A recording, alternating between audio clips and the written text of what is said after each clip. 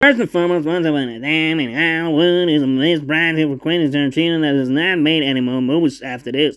Naturally, because the latest Bland film and movie creating was impractical, they got scrapped. The movie itself is nothing new, as other successes such as Django and Scene or Pulp Fiction, that as a core were made better and more exciting than this boredom out of the movie. The movie itself feels like a bad version of Babylon, because although some of the characters are halfway decent, they are nowhere near the quality of what is shown in Babylon, and it is nowhere as crazy as in that movie during the parties. Which gives me a flashback to Blink Twice, where you had a lot of partying, but there was no real point in those seats. The second problem with the movie is how they do not manage to utilize the great cast that they have on display here.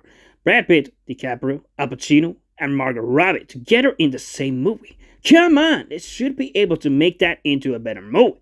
Sadly, they didn't, and I think it is more down to the screen time between them, which is at the minimum, apart from the time between Brad Pitt as the stuntman of DiCaprio, which is essentially for the movie, but they should really have made more scenes together.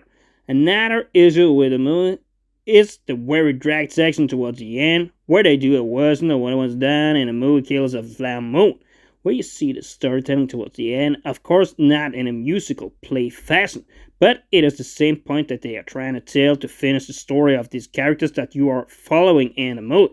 Of course, you have this typical Tarantino ending towards the end, when somebody has to die during an tension-filled battle, but apart from that, the very end, let's say half an hour of the movie, feels very dragged.